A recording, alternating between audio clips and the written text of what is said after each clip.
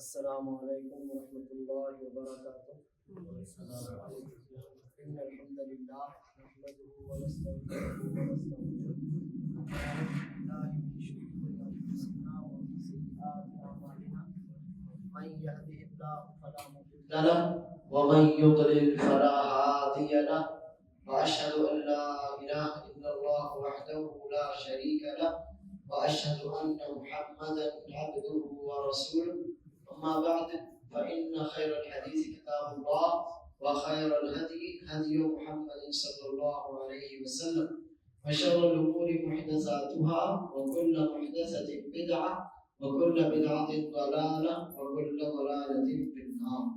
محترم حاضرین، الحمدللہ اللہ کے فضل سے پچھلے درس میں ہم نے ان کلمات کو، ان باتوں کو جاننے کی کوشش کی کہ انسان بعض دفعہ بے دھیانی میں بول دیتا ہے، زبان سے وہ باتیں نکل جاتی ہیں اور دراصل وہ شرک ہوتی ہیں۔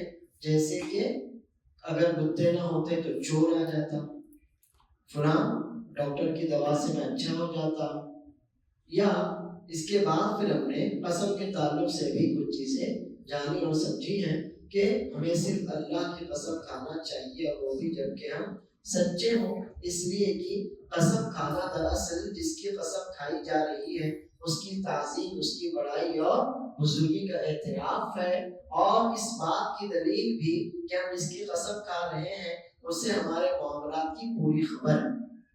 تو ایک تو تعظیم، اللہ عز و جل اکیلا تعظیم کے لائق ہے، العظمۃ للہ، اور دوسری بات یہ کہ جسے ہر بات کی پوری خبر ہو اور جو ہر بات پر مکمل طور پر شاہد ہو، گواہ ہو، یہ صفت اللہ کے علاوہ کسی میں نہیں پائی جاتی، اس لیے ہم اللہ کے علاوہ کسی اور کی قسم نہیں کھا سکتے، اور یہی وجہ ہے کہ اللہ کے علاوہ کی قسم کھانا شرک ہے، کیونکہ اللہ کے علاوہ اللہ کا حق کسی اور کو دینا ہے۔ نمبر ایک، تعظیم اللہ کا حق ہے۔ نمبر دو، ہر بات کی خبر رکھنے والا اللہ تعالیٰ اکیلا ہے، اور نمبر تین، ہر بات پر گواہ اکیلا اللہ تعالیٰ ہی ہے۔ ہم اور آپ ہر بات کی خبر نہیں رکھ سکتے، ہم اور آپ ہر بات پر گواہ نہیں بن سکتے، کیونکہ قسم کھانے والا دراصل اپنی نیت کہ میرے دل میں جو ہے اس بات پر میں گواہ بناتا ہوں۔ اب انسان کسی کو جانے بھی، اگر جیسے آپ اپنے بچے کو بھی جانتے ہیں تو اس کے ظاہر کو ہی جانیں گے، اس کے دل میں جس وقت آپ سے بات کر رہا ہے وہ سچ بول رہا ہے، جھوٹ بول رہا ہے، نیت میں کھوٹ ہے، یہ تو آپ نہیں جان سکتے، یہ اکیلا اللہ ہی جانتا ہے۔ تو گویا دل کی چھپی ہوئی باتوں پر گواہ بنانے والی یہ بات ہوتی ہے، اور اللہ عز و جل کے علاوہ چونکہ دل کی چھپی ہوئی باتوں پر کوئی مطلع نہیں ہو سکتا، اس لیے اللہ کے علاوہ کی قسم کھانا شرک ٹھہرا۔ اب اگلا درس شروع کرنے سے پہلے آپ کے سامنے میں قسم کے تعلق سے کچھ باتیں رکھ دوں۔ سب سے پہلی بات تو یہ ہے کہ بلا وجہ قسم نہیں کھانا چاہیے۔ آپ سچے ہیں مگر جو آپ کا مقابل ہے اس کو آپ کی بات ماننے میں تھوڑا تردد ہے، تھوڑا سا ہچکچاہٹ ہے، اس کو سمجھ نہیں پا رہا ہے بات مانوں یا نہ مانوں، ہو سکتا ہے آپ سچے ہو سکتا ہے آپ جھوٹ بھی بول رہے ہیں، تو بے شک آپ قسم کھائیے، تو یا تو اس کو تذبذب ہے، ہچکچاہٹ ہے، اس کی سمجھ میں نہیں آ رہا، تھوڑا سا شک میں ہے وہ، تو اس کی ہچکچاہٹ دور کرنے کے لیے، اس کا تذبذب دور کرنے کے لیے آپ قسم کھائیں۔ اور تیسری بات یہ ہے کہ اپنی بات کی تاکید کے لیے بھی آپ قسم کھا سکتے ہیں، جیسے اللہ عز و جل نے قرآن کریم میں بہت سی چیزوں کی قسم کھائی، مثال کے طور پر والفجر والعصر والضحیٰ، ایسی کئی چیزوں کی اللہ عز و جل نے قسم کھائی ہے۔ پہلی بات تو یہ ہے کہ اللہ عز و جل سچا ہے، انسان اللہ تعالیٰ کی بات پر شک کرے نہ کرے اس سے اللہ تعالیٰ کوئی فرق نہیں پڑتا، لیکن جو اصول ہماری شریعت نے دیے ہیں انہی اصولوں کے اعتبار سے قرآن کریم نازل ہوا ہے۔ جو اصول ہماری شریعت نے ہم کو آپسی معاملات کے دیے ہیں انہی اصولوں کے اعتبار سے قرآن کریم اللہ تعالیٰ کا کلام نازل ہوا ہے۔ تو تین باتیں، سب سے پہلی بات کہ بلا وجہ قسم مت کھائیے آپ، کیونکہ قسم اپنی نیت پر اللہ کو گواہ بنانا ہے، آپ کیوں گواہ بناتے ہیں اپنی نیت پر اللہ تعالیٰ کو؟ دوسری بات یہ ہے کہ اگر آپ کا جو قابل ہے، جو آپ کا مخاطب ہے، جس سے آپ کا کوئی معاملہ ہے، اگر وہ ہچکچاہٹ کا شکار ہے اور آپ سچے ہیں تو آپ اس کی ہچکچاہٹ دور کرنے کے لیے بے شک قسم کھا سکتے ہیں. اور تیسری بات یہ کہ آپ اپنی بات کی تائید کے لیے، تصدیق کے لیے کہ دیکھو بھائی میں اپنی بات میں بالکل سچا ہوں، اس بات کی تائید اور تصدیق کے لیے آپ قسم کھا سکتے ہیں. چوتھی بات یہ ہے کہ قسم کھانے کا ارادہ نہیں تھا، نہ آپ کے مخاطب کو آپ کی قسم سے کوئی سروکار تھا، پھر بھی آپ کی زبان سے کلمہ نکل گیا قسم کا، یعنی آپ قسم کھانے کا ارادہ نہیں رکھتے تھے، اور جو آپ کا مخاطب ہے اس کو بھی کوئی لینا دینا نہیں تھا، آپ قسم کھاتے نہیں کھاتے، وہ آپ کی بات پر ویسے بھی اعتبار کر رہا تھا، یا اس کو کوئی ضرورت نہیں تھی آپ کی قسم کھانے کی، پھر بھی آپ کی زبان سے نکل گئی بات اللہ کی قسم، تو یہ اس کو کہتے ہیں لغو. کون سی قسم کہتے ہیں اس کو؟ لغو. یعنی آپ کا بھی ارادہ نہیں تھا اور جو آپ کا مخاطب ہے اس کا بھی کوئی ارادہ نہیں تھا. تو جب دونوں طرف سے کوئی ارادہ تھا ہی نہیں، پھر بھی زبان سے اگر پھسل گیا کلمہ اللہ کی قسم، تو ایسی قسم کو کیا کہتے ہیں؟ لغو کہتے ہیں، اس کا کوئی اعتبار نہیں ہوتا. لا یؤاخذکم اللہ باللغو فی ایمانکم. تو ایسی قسم ہے کہ آپ کا بھی ارادہ نہیں تھا، آپ کے مخاطب کا بھی کوئی ارادہ نہیں تھا، اس کو ضرورت بھی نہیں تھی، پھر بھی زبان سے اللہ کی قسم ایک کلمہ نکل گیا، تو ایسی قسم لغو ہے، اور اللہ تعالیٰ ایسی قسموں پر انسان کی کوئی گرفت نہیں کرتا. پانچویں بات یہ ہے کہ پھر کون سی قسمیں ہیں کہ جن پر ہماری گرفت ہو سکتی ہے؟ تو ساتھ پارے کی آیت ہمیشہ یاد رکھیے. اللہ فرماتا ہے لا یؤاخذکم اللہ باللغو فی ایمانکم ولکن یؤاخذکم بما کسبت قلوبکم اور بما عقدتم الایمان. یہ دو ٹکڑے آیت کو کیا ہمیشہ یاد رکھیے. ایک تو بما کسبت قلوبکم، جو آپ اپنے دل کے ارادے سے کھائیں. اللہ تعالیٰ آپ کی لغو قسموں کا کوئی اعتبار نہیں کرتا، معاف کر دیتا ہے، پر آپ کی گرفت نہیں کرتا. لیکن ایک بما کسبت قلوبکم اور دوسرے بما عقدتم الایمان، جو آپ دل کے ارادے سے قسم کھاتے ہیں، تو پھر اللہ کے یہاں اب آپ کی گرفت ہوگی اگر آپ جھوٹے ہیں، یا آپ سچے ہیں لیکن آپ نے اس کو پورا نہیں کیا. دونوں صورتوں میں آپ نے چونکہ ارادتاً قسم کھائی تھی، لہٰذا اب آپ اللہ کے یہاں پر پکڑے جائیں گے. کب؟ یا تو آپ جھوٹے ہیں اور یا تو آپ نے قسم کھائی مگر اس کو پورا نہیں کیا. یہ ہے بما کسبت قلوبکم اور بما عقدتم الایمان، ان دونوں کا مفہوم. اچھا اب یہ ہوا کہ ہم نے قسم تو کھا لی، لیکن بعد میں قسم ہم نے توڑ دی یا قسم ہم سے ٹوٹ گئی، تو کیا کریں؟ ہم نے قسم کھا لی، جو بھی قسم تھی ہماری، ہم کو کھانی چاہیے تھی نہیں کھانی چاہیے تھی، قسم ہم نے کھا لی کوئی بھی بات کی، اور بعد میں احساس ہوا کہ تو ہم نے غلطی کر دی، غلط بات ہو گئی، شیطان کی بہکاوی میں آ کر ہم نے قسم کھا لی.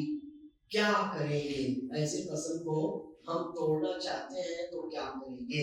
اللہ کے رسول صلی اللہ علیہ وسلم فرماتے ہیں کہ اگر کسی شخص نے کسی بھی کام کی قسم کھا لی، من حلف علی یمین، کسی شخص نے کسی کام کے کرنے یا نہ کرنے کی قسم کھا لی، فرعا غیرہا خیرا منہا، اور پھر اسے بعد میں محسوس ہوا جب غصہ تھوڑا اترا یا لوگوں نے مشورہ دیا تو اس کی سمجھ میں یہ بات آئی کہ نہیں، میں نے اس کام کو کرنے کی قسم کھائی تھی، کرنا اچھا نہیں ہے، نہ کرنا بہتر ہے، یا میں نے اس کام کو نہ کرنے کی قسم کھا لی تھی تو نہ کرنا غلط ہے، مجھے وہ کر لینا چاہیے.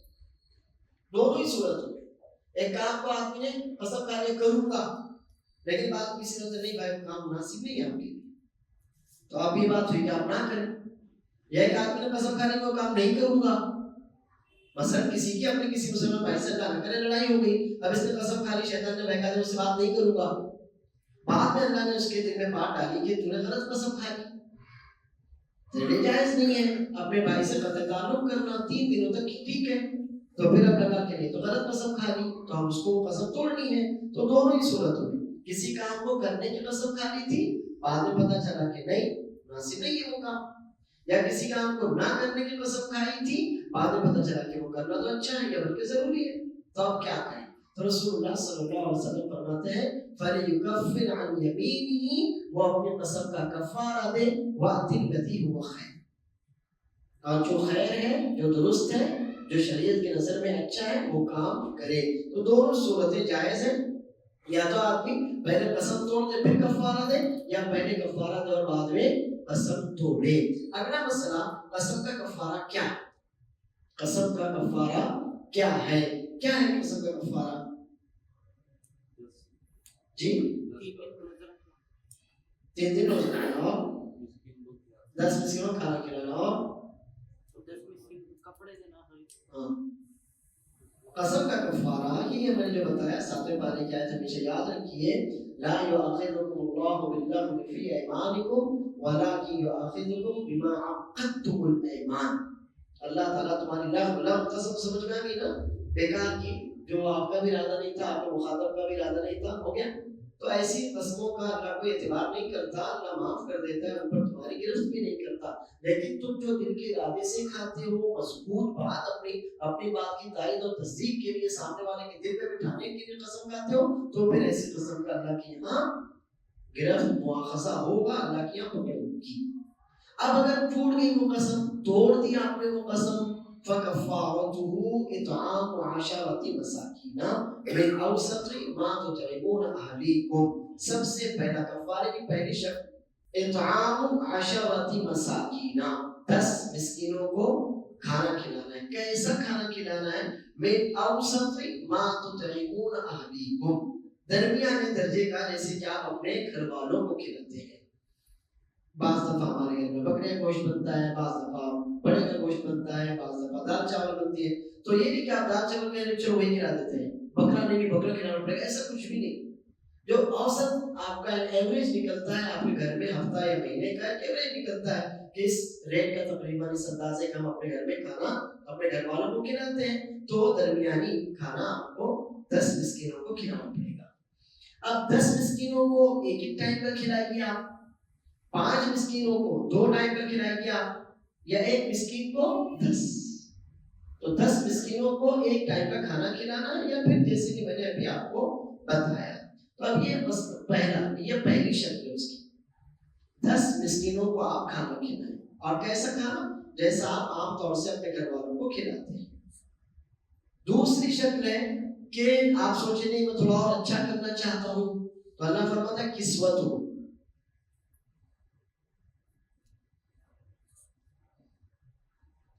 کسوہ کپڑا پہنانا، کسوہ کپڑا پہنانا.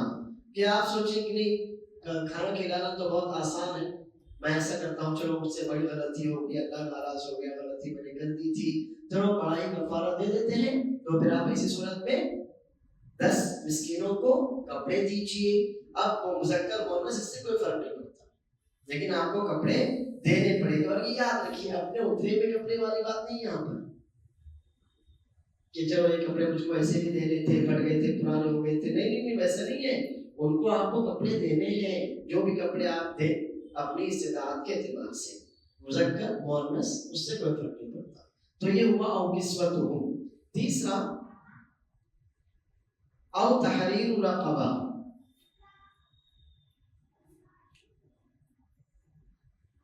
غلام آزاد کرنا، ایک غلام آزاد کرنا. اب آج کے زمانے میں ہمارے یہاں پر ہمارے ملک میں غلامی کا تصور تو نہیں، اللہ کا فضل ہے، لیکن اس کے باوجود کچھ شکلیں ہیں، جیسے کہ بہت سے مسلمان قیدی بلا وجہ قید ہیں وہ، اور آپ یہ سمجھتے ہیں کہ بہت آسانی کے ساتھ چھوٹ جاتے ہیں، تو آپ غلط فہمی میں ہیں. بہت ہی مشکل وقت، پیسہ بہت زیادہ لگتا ہے. تو آپ کسی ایک قیدی کا ذمہ لے لیں جو بے گناہ ہو، معصوم، اللہ عافیت میں رکھے، مسلمان کو عافیت میں رکھے. جو بے گناہ قید ہے اللہ ان کے لیے کے اسباب پیدا فرمائے، عافیت دے، ہم کو سمجھتے ہیں، ہم کو حفاظت کرے ہماری قوم کی. تو یہ ہے اس کی شکل. یہ ہو گئی 3 شکلیں. اب اس کے بعد فمن لم یجد، دیکھیے دھیان دیجیے، فمن لم یجد، آپ یہ نہیں کر سکے کوئی بات نہیں، یہ نہیں کر سکے کوئی بات نہیں، یہ بھی نہیں کر سکے کوئی بات نہیں. 3 شکلیں آپ نہیں کر سکے، تب پھر ایسی صورت میں فمن لم یجد فصیام 3 ایام، فصیام 3 ایام.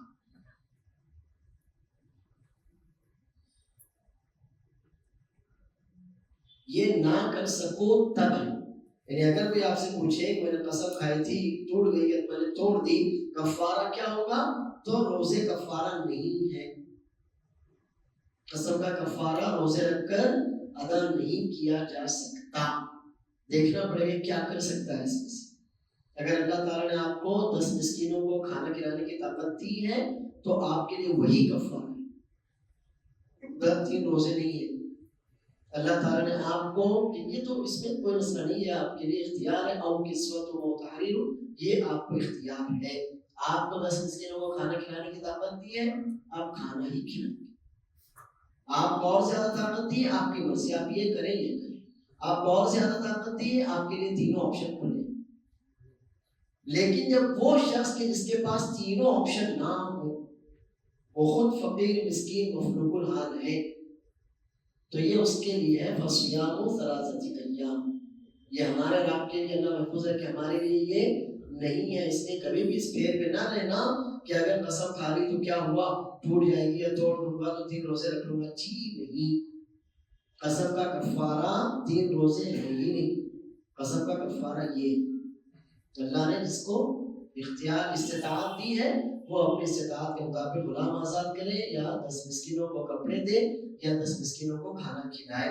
فمن لم یجد، جو ان میں سے کچھ بھی نہ کر سکے، خود ہی بیچارہ مسکین ہے، مفلوق الحال ہے، نہیں کر سکتا، صدقہ و خیرات کے لیے کچھ نہیں ہے اس کے پاس، 10 مسکینوں کو کھانا نہیں کھلا سکتا، خود ہی بیچارہ قلاش ہے، تو پھر فمن لم یجد فصیام ثلاثۃ. تو ایسی صورت میں 3 روزے رکھے گا. اب چلیں 3 روزے رکھنے کی بھی بات، ضروری نہیں ہے کہ اکٹھا ایک ساتھ رکھے جائیں، ضروری نہیں. یعنی وہ آدمی جو بیچارہ 3 روزے کفارے میں رکھ رہا ہے تو وہ اپنی سہولت سے رکھ سکتا ہے. 1 روزہ آج رکھا، اگلا روزہ 15 دن بعد رکھا، اگلا روزہ اس کے 10 دن بعد رکھا، تو انشاءاللہ اس سے کوئی فرق نہیں پڑے گا. لیکن یہ ہے کہ جب تک وہ روزے 3 نہیں رکھ لے گا تب تک کفارہ ادا نہیں ہوگا. اللہ فرماتا ہے ذالک کفارۃ ایمانکم اذا حلفتم، جب تم قسم کھاؤ اور قسم توڑ دو تو یہ تمہارے قسموں کا کفارہ ہے. واحفظوا ایمانکم، اگر قسمیں توڑنے کے لیے مت کھاؤ، اپنے قسموں کی حفاظت کرو، کیونکہ تم نے اپنے معاملات پر اللہ کو گواہ بنایا. یہ قسم کے تعلق سے کچھ باتیں ہوئی. ایسی ایک بات چونکہ اسی سے ریلیٹڈ ہے اور وہ نظر کا مسئلہ. نظر منت جس کو ہم اردو والے منت بولتے ہیں، واصل میں نظر ہے، منت منت آپ جو بھی کہیں، اور اسی کو نیاز بھی کہتے ہیں. تو نظر و نیاز یہ اکیلے اللہ کا حق ہے. اللہ کے علاوہ کسی کے بھی نام کی منت یا منت یا نظر نہیں مانی جا سکتی. اور نظر یہ ہے کہ جیسے میں کہوں اللہ میرا فلاں کام ہے، اگر فلاں کام میرے فضل سے ہو گیا، اللہ تعالیٰ نے فلاں کام کروا دیا، اللہ میں تیرے لیے 2 روزے رکھوں گا. اب وہ 2 روزے میرے اوپر فرض نہیں تھے، مگر میں نے کہا اللہ سے کہ اللہ میرا کام ہو گیا، 2 روزے رکھوں گا، یا اللہ تعالیٰ میں فلاں جگہ میرے کچھ کام ہے اس میں کامیاب ہو گیا میرے مقصد میں، تو میں 4 مسکینوں کو کھانا کھلاؤں گا. اس کو کہتے ہیں نظر. ایک ایسی عبادت آپ اپنے اوپر لاد لیں جو شریعت نے آپ کے اوپر فرض نہیں کی تھی، آپ نے اپنے اوپر خود ہی اس کو فرض کر لیا. اللہ نے تو نہیں کہا تھا کہ رکھنا پڑے گا، کہ میں نعمت دوں گا تو روزے رکھنا پڑیں گے، ایسا تو کچھ نہیں کہا تھا اللہ نے، مگر میں نے سوچا کہ چلو کر لیتے ہیں. اللہ اگر تم نے مجھے کامیابی دی تو میں 4 مسکینوں کو کھانا کھلاؤں گا. اب الحمدللہ کامیاب ہو گئے، مقصد پورا ہو گیا، تو اب وہ ہماری نظر لازم ہوگی، اب کو نظر پوری کرنی پڑے گی. اب ایک آدمی نے نظر مان لی، ماننا تو نہیں چاہیے تھا، اللہ نے کہا تھا نظر مانو، لیکن مان لی اس نے اللہ کے لیے، تو پھر اب اس کو پورا کرنا واجب ہے، اس کو پورا کرنا ضروری ہے. اور اللہ نہ کرے آدمی نے نظر بھی مان لی، حالانکہ کہا نہیں گیا تھا، پھر نظر مان کے توڑ بھی دیا، اس کو نہیں پورا کر سکا، تو رسول اللہ صلی اللہ علیہ وسلم فرماتے ہیں کفارۃ النذر کفارۃ الیمین. نظر کا کفارہ بھی کون سا ہے؟ جو قسم کا کفارہ ہے، یہی کفارہ پھر اس کو نظر میں بھی دینا پڑے گا. یہ ہو گیا الحمدللہ نظر اور قسم کے تعلق سے کچھ اہم باتیں کہ آپ کو ہو سکتا ہے کبھی ضرورت پڑ سکتی ہو. اب جو ہمارا درس ہے وہ اسی سے متعلق ہے، اور پچھلے درس کو گویا یہ آگے بڑھانے والا درس ہے. اگلا جو ہمارا درس یا باب ہے وہ ہے باب فی من لم یقنع بالحلف باللہ، کہ آپ کا کوئی مخاطب ہے جس سے آپ کا کوئی معاملہ ہو رہا تھا اور اس نے چاہا کہ آپ قسم کھائیں، یا آپ نے کہا میں قسم کھا لیتا ہوں، اور اللہ کے قسم کھانے پر بھی وہ راضی نہیں ہوا. کوئی آدمی ایسا ہے کہ آپ سچے ہیں، آپ کی سچائی کو مان نہیں رہا ہے، اب آپ اسے یقین دلا رہے ہیں، دلیلیں پیش کر رہے ہیں، ثبوت دے رہے ہیں، وہ ماننے کو تیار نہیں ہے. پھر آخر آپ اللہ کی قسم کھا لیں گے. میں اللہ کی قسم کھا کر بولتا ہوں کہ میں اپنی بات میں سچا ہوں، میں اللہ کی قسم کھا کر بولتا ہوں کہ میں اپنی بات میں سچا ہوں، لیکن وہ نہ آپ کی دلیلوں سے مطمئن ہوا، نہ آپ کے ثبوت سے اس کو اطمینان ہوا، حتیٰ کہ آپ نے اللہ عز و جل کی قسم کھا لی تب بھی اس کو اطمینان نہیں ہوا. تو ایسے آدمی کے تعلق سے شریعت کیا کہتی ہے؟ ایسے آدمی کے تعلق سے شریعت کیا کہتی ہے؟ اس سلسلے میں پہلے ایک چھوٹی سی روایت یا واقعہ آپ کے سامنے رکھ دوں. عیسیٰ علیہ السلام رات میں گزر رہے تھے بستی سے، تو دیکھا کہ ایک چور کسی گھر سے چوری کر کے نکل رہا ہے. انہوں نے اس سے کہا کہ تم نے اس گھر میں چوری کی؟ اس نے کہا نہیں، اللہ کی قسم میں نے چوری نہیں کی. تو عیسیٰ علیہ السلام نے کہا کہ ٹھیک ہے، میری آنکھیں جھوٹی ہیں، مطلب میں اللہ کی قسم پر اعتبار کرتا ہوں. میں نے جو دیکھا وہ جھوٹ ہے، وہ دھوکہ ہے، مگر تم نے جو اللہ کی قسم کھائی تو میں اللہ کی قسم پر اعتبار کرتا ہوں. تو اصل میں ہماری شریعت یا ہمارا دین ہم کو صاف ستھرا، سچا اور اچھا بنانا چاہتا ہے. کیا آپ جیسے باہر سے صاف نظر آتے ہیں نا، اندر سے بھی ایسے صاف رہیں. جیسے آپ اپنے چہرے یا اپنے جسم پر گندگی نہیں لگنے دیتے نا، ایسے ہی اندر سے جو آپ کے معاملات، آپ کا عقیدہ، آپ کے نظریات اور آپ کے ارادے نیتیں ہیں، ان کو بھی آپ میلا اور گندا مت ہونے دیجیے. اور اسی کی ایک شکل یہ ہے کہ اگر کوئی اپنے اندر کی بات پر اللہ کو گواہ بنا لے تو آپ اس پر اعتبار کیجیے کہ وہ بندہ سچ بول رہا ہے. اب اگر وہ جھوٹا ہے تو اس کا معاملہ اللہ کے حوالے ہے، لیکن آپ پھر اس کی بات میں بلا وجہ شک اور تردد مت کیجیے. یہ ہوتا ہے ایمان کا تقاضا، اور یہ ہوتا ہے ایمان کی بلندی، اور اپنے کسی مسلمان بھائی کو سچا مان لینا جو ہمارا ایمان سے اس کا مطالبہ کرتا ہے. اب اس باب کے تحت حدیث جو مذکور ہے، جو حدیث ذکر کی گئی، وہ سنن ابن ماجہ کی روایت ہے. سنن ابن ماجہ میں عبداللہ بن عمر رضی اللہ عنہ کی روایت ہے. وہ کہتے ہیں کہ رسول اللہ صلی اللہ علیہ وسلم نے فرمایا لا تحلفوا بآبائکم. عبداللہ بن عمر رضی اللہ عنہ کہتے ہیں کہ رسول اللہ صلی اللہ علیہ وسلم نے فرمایا لا تحلفوا بآبائکم. جو حدیث یہاں ہمارے اس باب میں ہے وہ انہی الفاظ سے جو میں آپ کے سامنے رکھنے والا ہوں کہ اپنے باپ دادا کی قسمیں مت کھاؤ. ورنہ یہ حدیث دوسری جگہوں پر ان الفاظ سے بھی آئی ہے لا تحلفوا بآبائکم ولا بأمہاتکم ولا بالانداد. لا تحلفوا بآبائکم ولا بأمہاتکم ولا بالانداد. اپنے باپ دادا کی قسمیں مت کھاؤ، اپنی ماؤں کی بھی، کہتے ہیں نا ماں قسم، اپنے باپ دادا کی بھی قسمیں مت کھاؤ، اپنی ماؤں کی بھی قسمیں مت کھاؤ. اور انداد یعنی اللہ کے علاوہ جن کو لوگوں نے قابل عبادت نعوذ باللہ مان اور بنا رکھا ہے، ایسے بتوں کی، مورتوں کی، مجسموں کی، ایسی چیزوں کی بھی قسمیں مت کھاؤ. ومن حلف بغیر اللہ فقد کفر او اشرک. الحمدللہ پچھلے ہفتے ہم یہ پڑھ چکے ہیں کہ اگر کوئی اللہ کے علاوہ کی قسم کھا لیتا ہے، اللہ محفوظ رکھے، پھر وہ کسی کی بھی ہو، نبی کی ہو، ولی کی ہو، باپ دادا کی ہو، کسی جن بھوت پریت کی ہو، کسی کی بھی ہو، تو وہ شرک یا کفر کرتا ہے. الحمدللہ اس پر تفصیل سے بات ہو چکی ہے. یہ حدیث ہے. اور جو حدیث ہم ابھی پڑھنے والے ہیں لا تحلفوا بآبائکم،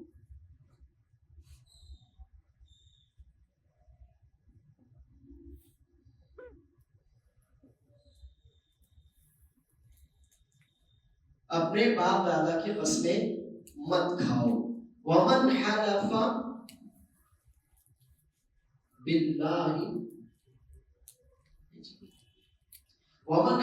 باللہ فلیصدق. صدق یصدق، سچ بولنا. ومن حلف باللہ فلیصدق. جو اللہ کی قسم کھائے تو وہ سچ بولے. ومن حلف باللہ فلیصدق. جو اللہ کی قسم کھائے تو وہ سچ بولے، یعنی سچی قسم کھائے، جھوٹی قسم نہ کھائے. ومن حلف له، جو ہمارا ٹاپک ہے، ومن حلف له باللہ فلیرضى. جس کے لیے اللہ کی قسم کھائی جائے تو اسے چاہیے کہ وہ راضی ہو جائے. ہمارا یہی ٹاپک ہے کہ من حلف له باللہ ثم لم يمنع. ایسا آدمی کہ جس کے لیے اللہ کی قسم کھائی جائے اور پھر بھی وہ اس پر راضی نہ ہو، اس پر قناعت نہ کرے، اس پر اسے اطمینان نہ ہو. تو یہ حدیث جو ہم پڑھنے والے ہیں یہی ہے لا تحلفوا بآبائکم. اپنے باپ دادا کی قسمیں مت کھاؤ، اور یہ بات ہو چکی، ماؤں کی قسمیں مت کھاؤ، اللہ کے علاوہ کسی کی بھی قسمیں مت کھاؤ. اور ومن حلف باللہ فلیصدق. جو اللہ کی قسم کھائے تو سچی قسم کھائے. تو معلوم ہوا قسم صرف اللہ کی ہو اور قسم بھی سچی ہو، آپ اپنی قسم کھانے میں اور اپنی بات میں سچے ہو۔ وَمَنْ حُلِفَ لَهُ بِاللَّهِ فَلْيَرْضَ، اور جس کے لیے اللہ کی قسم کھائی گئی ہے، آپ کے بھائی نے اللہ کی قسم کھا کر آپ سے کوئی بات کہی ہے تو آپ کا فرض ہوتا ہے کہ آپ اس پر راضی ہو جائیں۔ وَمَنْ لَمْ يَرْضَ فَلَيْسَ مِنَّا، اگر آپ کا بھائی اللہ کی قسم کھا کر بھی آپ سے کوئی بات بولتا ہے اور پھر بھی آپ اس پر مطمئن نہیں ہوتے، اس پر راضی نہیں ہوتے، فَلَيْسَ مِنَ اللَّهِ، تو ایسے آدمی کا اللہ سے تعلق نہیں ہے، یعنی ایسے آدمی کا اللہ پر ایمان نہیں ہے۔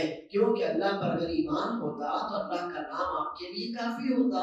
کیا آپ کا مومن بھائی اپنے دل کی بات پر یا آپ سے چھپی ہوئی بات پر، اپنے سچے ہونے پر اللہ کو گواہ بنا رہا ہے، اس کی عصمت کی قسم کھا رہا ہے؟ اگر آپ مومن ہوتے تو آپ کے لیے یہ بات کافی ہوتی اور آپ اسے سچا مان لیتے، لیکن آپ اسے سچا نہیں مان رہے ہیں جبکہ وہ اللہ کی قسم کھا رہا ہے، تو ایسی صورت میں فَلَيْسَ مِنَ اللَّهِ، آپ کو راضی ہونا چاہیے تھا، آپ راضی نہیں ہوئے تو گویا آپ گناہگار ہیں اور آپ کا اللہ سے تعلق نہیں ہے۔ اب سوال یہ اٹھتا ہے یہاں پر کہ ہم نے ایک آدمی کو اپنی آنکھوں سے دیکھا ہے یا ہمارے پاس پورے ثبوت گواہ موجود ہے کہ وہ آدمی جھوٹا ہے۔ کچھ لوگ ہوتے ہیں ان کو کوئی فرق نہیں پڑتا، ان کو کوئی فرق نہیں پڑتا، وہ دھڑلے سے اللہ تعالیٰ کی قسم کھا لیتے ہیں، تو ہم کیا کریں؟ تو دیکھیے حدیث اصل تو یہ ہے کہ آپ بلا وجہ اپنے مسلمان بھائی کی بات پر شک نہ کریں، اور اگر وہ اللہ کی قسم کھا رہے ہیں تو آپ اس کو اس کی بات پہ سچا مان لیں، اصل تو یہی ہے۔ لیکن اگر آپ کے پاس ثبوت ہے، گواہ ہے، پروف ہے، آپ کے پاس ایسے پراوے ہیں آپ کے پاس کہ وہ آدمی جھوٹ بول رہا ہے، اگر ثبوت ہے، گواہ ہے، تب تو آپ اپنی جگہ ٹھیک ہے، لیکن کوئی ثبوت نہیں ہے، کوئی دلیل بھی نہیں ہے اس کے جھوٹا ہونے کے لیے، تو پھر آپ کو مان لینا چاہیے۔ تو اس حدیث کو ہم ایسے سمجھیں گے کہ آپ کا بھائی سچ بول رہا ہے یا جھوٹ بول رہا ہے، آپ کو تھوڑا شک تھا، اس نے آپ کا شک دور کرنے کے لیے قسم کھا لی، اب اس نے قسم کھا لی تو آپ اس پر اعتبار کر لیجیے کہ ہاں میرا بھائی یہ اللہ کا نام لے کر جھوٹ نہیں بول رہا ہے۔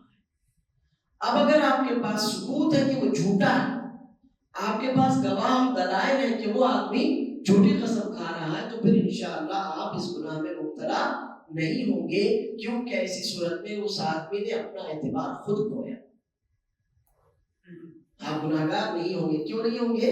کیونکہ اس آدمی نے اپنا اعتبار خود کھویا ہے، خود نے خود اپنے خلاف گواہ اور ثبوت پیش کیے ہیں کہ وہ جھوٹا ہے۔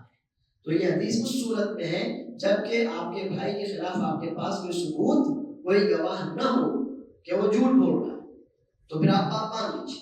لیکن اگر آپ کے پاس ثبوت ہے، گواہ ہیں، دلیلیں ہیں کہ وہ جھوٹ بول رہا ہے، جھوٹی قسم کھا رہا ہے، تو پھر انشاءاللہ کوئی حرج کی بات نہیں ہے۔ یہ چھوٹی سی حدیث مجھے آپ کے سامنے رکھنی تھی۔ اس حدیث سے یہ سمجھ میں آتا ہے نمبر 1 پہلی بات کہ اللہ کے علاوہ کسی کی قسم نہیں کھانا چاہیے، دوسری بات قسم صرف اللہ کی کھائیں، وہ بھی جب ضرورت ہو، تیسری بات یہ کہ جو آدمی سچا ہو اور اپنی سچائی کی گواہی کے لیے اللہ کو قسم کھانا چاہتا ہے، تبھی بے شک وہ اللہ کی قسم کھائے ورنہ نہ کھائے۔ اور چوتھی بات یہ سمجھ میں آتی ہے کہ جس کے لیے اللہ کی قسم کھائی جا رہی ہے وہ راضی ہو جائے، اور اگر وہ راضی نہیں ہوتا تو وہ گناہگار ہوگا، سوائے یہ کہ اس کے پاس اس آدمی کے جھوٹے ہونے کے گواہ و ثبوت پراوے موجود ہیں، تب تو کوئی بات نہیں ہے، ورنہ پھر اسے راضی ہو جانا چاہیے۔ اور اگر کوئی آدمی اللہ کی قسم پر بھی اعتبار نہیں کرتا تو ایسے آدمی کا کوئی اللہ پر ایمان مکمل نہیں ہے۔ وباللہ التوفیق، صلی اللہ وسلم وبارک علی نبینا محمد۔ کوئی سوال ہے اس درس سے متعلق؟ آپ نے جو سوال کیا ہے وہ سوال یہ ہے کہ ہمارے کچھ متعلقین یا رشتہ دار ماں یا باپ کی طرف سے، سسرال کی طرف سے ایسے ہوتے ہیں کہ جو ہمارے دین یا دنیا پر غلط اثر ڈال سکتے ہیں۔ اگر ایسے لوگ ہیں تو آپ ان سے بہت زیادہ گہرے تعلقات مت رکھیے، مگر کیا رشتہ توڑ دیں گے؟ جی نہیں، ان کی آپ کوئی تکلیف یا مدد کیجیے، ان کو آپ کی ضرورت پڑے، آپ کی ضرورت میں کام آئیے، کچھ نہیں تو کم از کم سلام کلام اور دعوت سے مراد دعوت اللہ، سلام کلام اور دعوت کا راستہ کھلا رکھیے۔ ایک دم سے آپ ان کو چھوڑ دیں گے، بائیکاٹ کر دیں گے تو ان کے سدھرنے کی گنجائش کہاں سے نکلے گی؟ پھر وہ آپ کے قریب نہیں آئیں گے۔ تو آپ ان سے سلام کلام رکھیے، کچھ واسطہ تعلق رکھیے تاکہ آپ کے لیے دعوت کے دروازے کھلیں۔ چلیں اگلے درس کے لیے تیار ہو جاتے ہیں. وفقکم اللہ. اللہ نے چاہا تو اگلے ہفتے کی ملاقات ہوگی. وباللہ التوفیق. صلی اللہ وسلم وبارک علی نبینا محمد. السلام علیکم.